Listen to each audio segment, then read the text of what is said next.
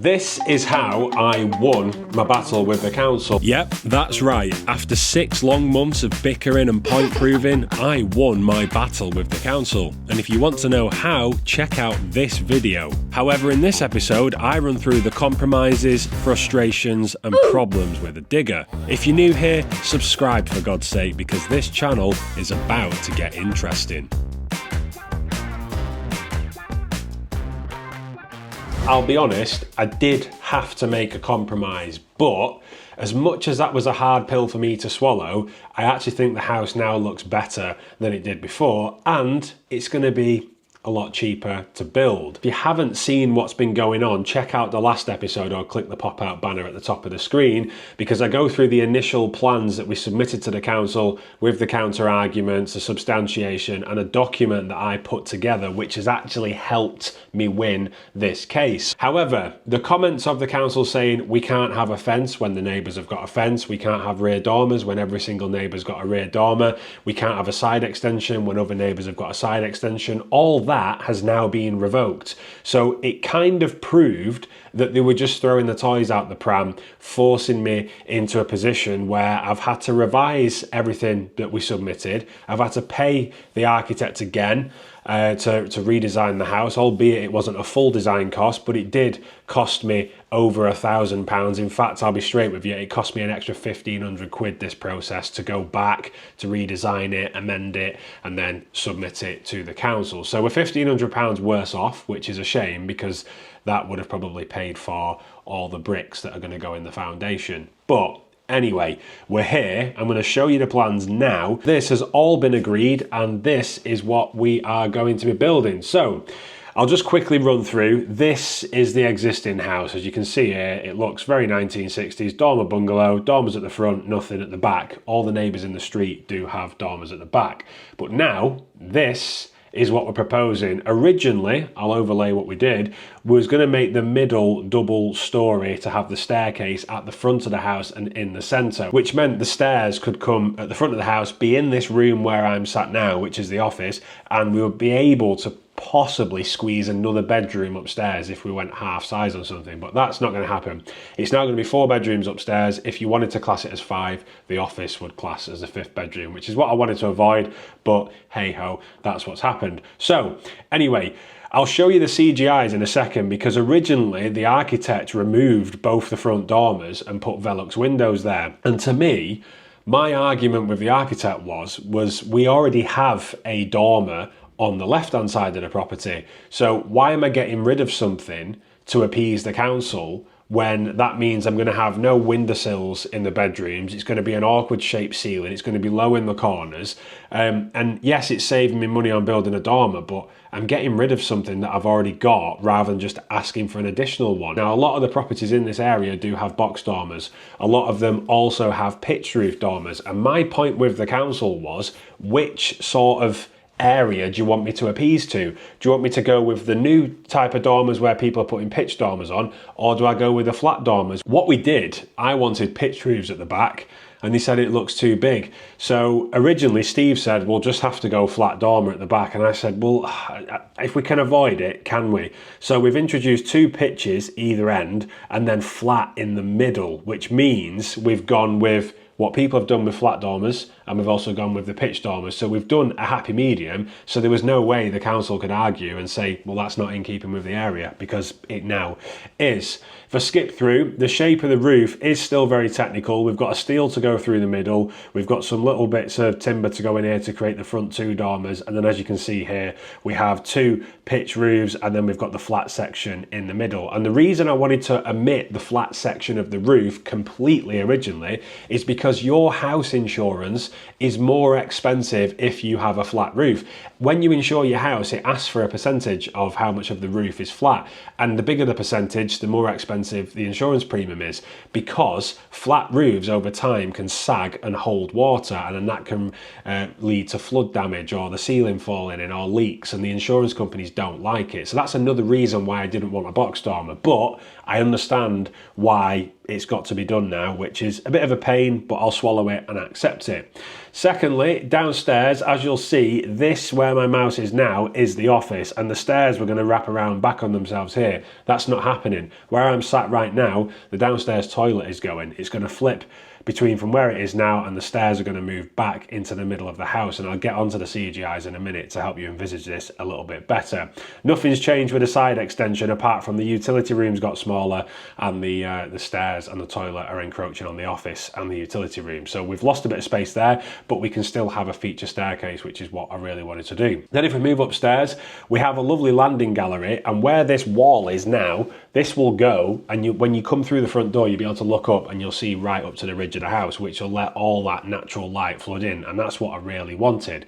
So that is where we are on that front of things. This is how the house will look from the front. So we've still got this lovely bit here that comes up. We've got the cladding on the dormers, which I'll touch on in a second. This ashlar stone, that's also going to get omitted because spenny. So we'll save a bit of money there. This is what it will look like from the inside. The decor is going to be different. It's a bit ultra modern, this, and I'm not too much of a fan of ultra modern, but we've got a lovely staircase there, which I'm actually going to make myself. I'm going to weld that up because I reckon I can save a lot of money doing that myself. But this is like the layout of the landing that you can see. Definitely looks a lot better than what it did before. And we have the natural light sort of flowing in here. There's a cat walking across the landing as well. 2 cats. We don't have cats, but you know, the architects thought it was cool to put in.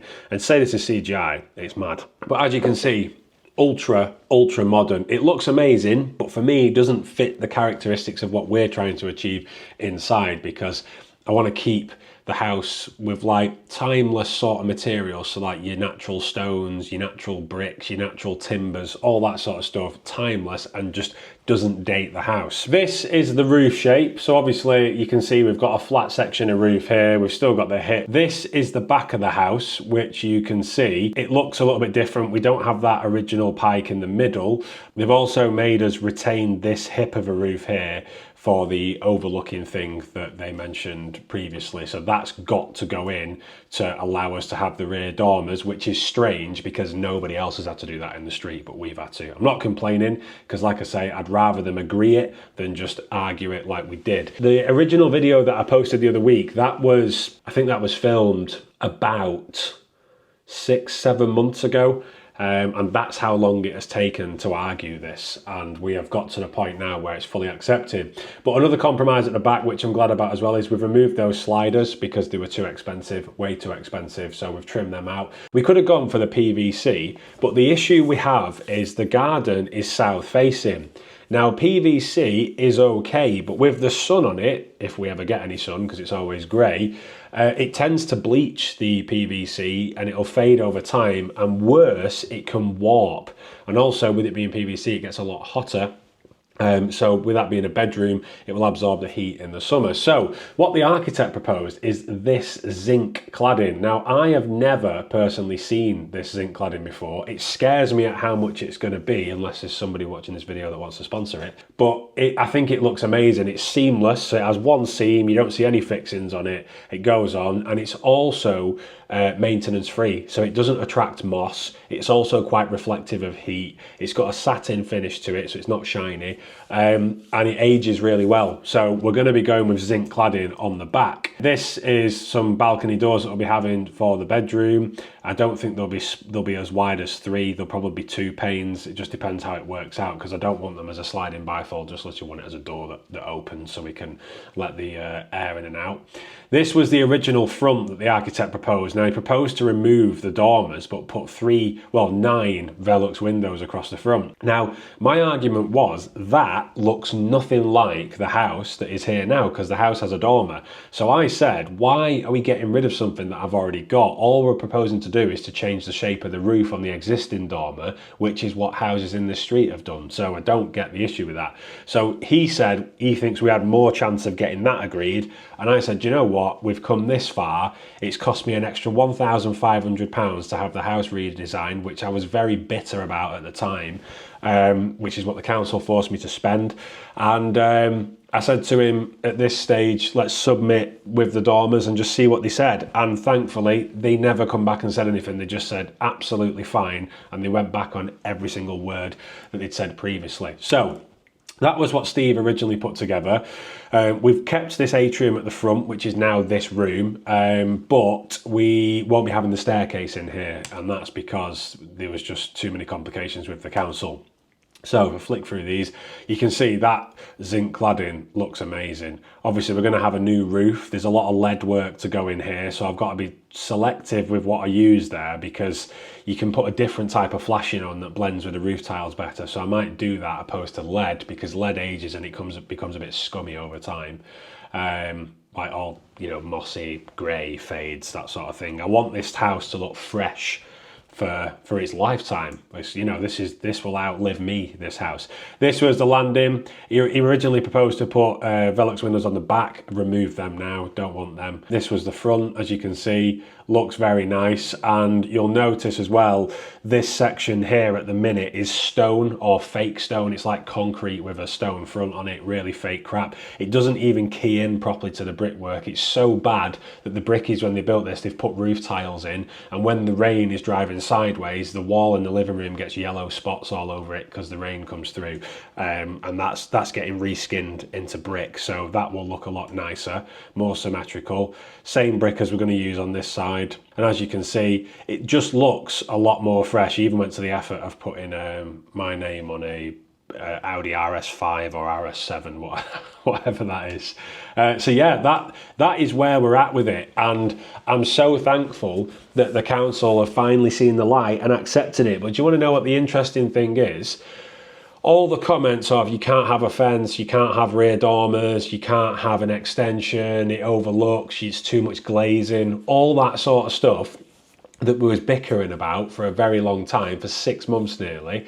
After we committed to doing a redesign and submitting it, they turned round and didn't even mention any of those things that they were arguing about and accepted the job. They said it's fine, permission granted. To which I then emailed the person back at the council and said, when will this be formalised? And I got a bounce back saying, please note, I have now left the council. So after all that stress, the person I was arguing with at the council, well, not arguing, you know, just debating with, doesn't work for the council anymore. So really, they could have passed it. But in hindsight, I'm actually glad they didn't pass it. And that is because I think it looks better now. It's cheaper to build now.